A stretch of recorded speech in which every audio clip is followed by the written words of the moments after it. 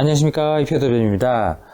저희가 이번에 준비한 프레젠테이션은 아무래도 최근에 채권을 투자하시는 데 있어서 많은 고민이 있으실 것 같습니다. 왜냐하면 단기적으로 채권 가격이 꽤 올랐기 때문인데요. 시장에서 금리도 많이 주는 부분이 있지만 이 채권 투자에 있어서 가장 중요한 두 가지 포인트는 채권의 가격을 결정하는 요소가 될 건데, 그게 하나가 금리이고요, 하나가 만기입니다. 그러니까 채권을 저희가 이제 사게 되면 이게 이자가 얼마를 주고, 그리고 어느 정도의 이제 구간 동안 이 채권을 가지고 있어야 되는 부분이 제일 중요한데요. 그런데 여기서 제일 중요한 부분이 아무래도 금리와 만기가 되겠습니다. 하지만 지금 상당히 고민되는 부분은 내년에 만약에 미 연준, Fed Fund Rate 기준으로 보게 되면 금리를 어느 정도까지 올리고 말 것이냐라는 부분인데요. 만약에 그런다고 한다면 채권에 있어서 가장 큰 부담은 만약에 내년에 금리를 안 내리면 어떡하지? 라는 부분이 되겠습니다. 물론 지금 골드만삭스의 추정치를 보게 되면 내년에 한 5에서 5%대로 이제 금리가 이제 형성될 것이다 라고 보고 있는데요. 시장에서 생각하는 수준에 거의 부합하는 수준이라고 봐주시면 되겠습니다. 즉, 이 부분은 채권의 위험이 될 수도 있다는 부분입니다. 왜냐하면 채권의 위험이라는 것이 지금 4%대에 있던 금리가 5%를 간다는 부분이거든요. 이 이야기는 채권의 금리가 올라가게 되면 당연히 이런 부분 때문에 채권 가격이 떨어지게 돼 있는데, 이런 부분이 부담스럽다고 느끼는 투자자들이 지금 어느 정도 있다는 얘기입니다.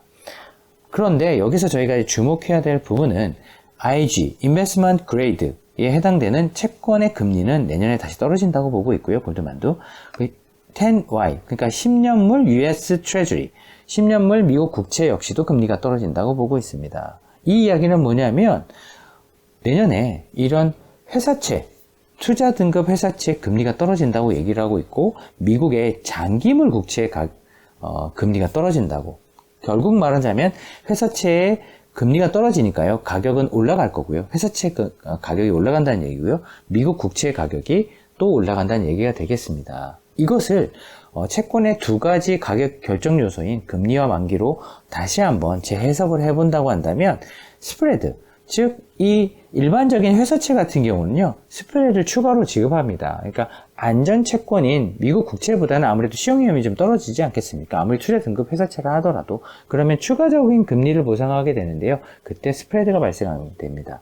그러니까 이게 추가적인 금리를 보상하는 부분이 스프레드에 해당되는데, 이 부분이 떨어진다는 얘기가 되겠죠, 아무래도. 그리고 듀레이션 같은 경우는 생각해 보시게 된다고 한다면 만기가 길어지면 길어질수록 불황의 위험은 없습니다. 그 이야기는 이 장기물을 투자하면 투자할수록, 그러니까 장기 국채 같은 경우 투자하면 투자할수록 2023년, 2024년, 2025년이 되면 될수록 특정 구간의 불황이 시작됐다가 아마 끝날 것 같습니다. 왜냐하면 이제 정부도 그렇고 중앙은행들도 그렇고 글로벌 투자자 사이에서도 너무 이런 부분에 대한 역작용이 일어나서, 그러니까 불황에 대한 불편함 때문에 이 불황을 극복하고자 하는 다양한 정책적인 노력이라든지 이런 이제 자본시장의 노력을 통해서 불황을 회복을 할 것이기 때문에, 회복하려고 하게 되면 시간이 길어지게 되면 길어질수록, 그러니까 만기가 길어지게 되면 길어질수록 불황의 위험은 점점 소멸할 것이기 때문에, 이런 듀레이션이 긴 채권들 같은 경우는 금리가 떨어질 수밖에 없다라고 이제 해석될 수 있는 부분이 되겠습니다. 그러면 요약하자면 4에서 5% 금리가 올라가는 것은 분명히 위험한 부분이거든요, 채권 투자에 있어서. 그런데 저희는 이것이 내년에 피크아웃한다, 즉 고점을 보고 이제 더 이상 올라가지 않는다. 왜? 미 연준의 금리 인상이 4에서 5%까지 왔다는 것은 5%를 견딜 수 있는 경제는 사실은 계속 지속되기 어렵다는 거죠. 그 이야기는 이제 불황이 올 수 있다는 얘기인데요.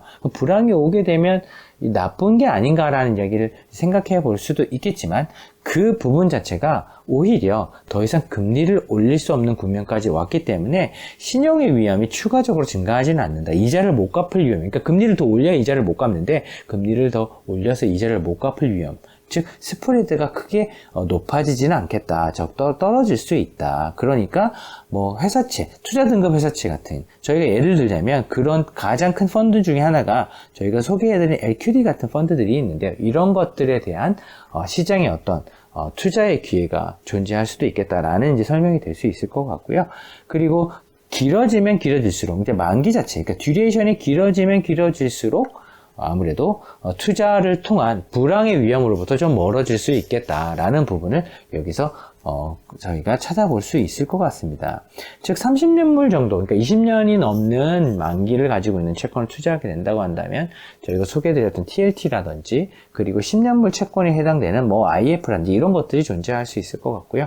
아무래도 미 재무부 채권이다 보니까 뭐 금리가 아주 높지는 않지만 이게 만기가 길면 길수록 듀레이션이 길면 길수록 아무래도 금리는 좀 높은 보상이 좀 이루어질 수밖에 없기 때문에 그런 부분에서 매력적인 부분을 뭐 내년에 만약에 금리가 떨어지지 않는다라고 했을 때 그러면 투자의 기회가 없는 것이냐? 저희는 그렇게 보고 있지는 않고요. 오히려 말씀드렸던 것처럼 어떤 신용의 위험이 추가적으로 금리를 더 올리지 않기 때문에 신용의 위험이 추가적으로 올라오지 않는다는 부분을 통해서 아무래도 신용 위험은 떨어질 것이고 그러다 보면은 스프레드도 떨어져서 채권의 가격 상승 탄력이 생길 수도 있고 그리고 장기 그러니까 불황의 위험으로부터 어느 정도 좀 멀어질 수 있는 부분 뭐 2022년보다는 2023년, 2023년보다는 2024년 이런 식으로 이제 만기가 길어지게 되면 아무래도 그 일정 부분에서 이제 불황이 끝나기 때문에 아무래도 그런 듀레이션이 길어지는 채권들에 관련돼서는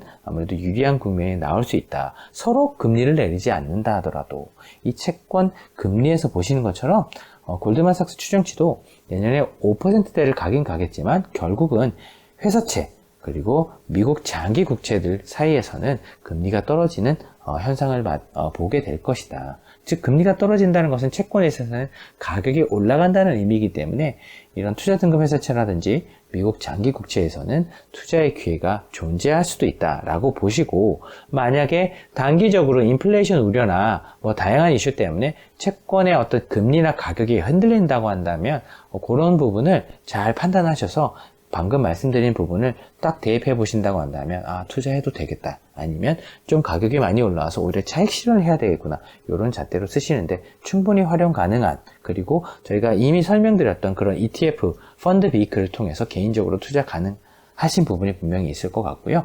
그런 부분을 또 염두에 두신다고 한다면 다른 자산을 투자하실 때도 분명히 활용되실 수 있을 것 같습니다. 저희가 글로벌 자산 배분 포트폴리오 구성하는 데 있어서도 이 부분이 물론 채권에 있어서도 굉장히 중요하지만요.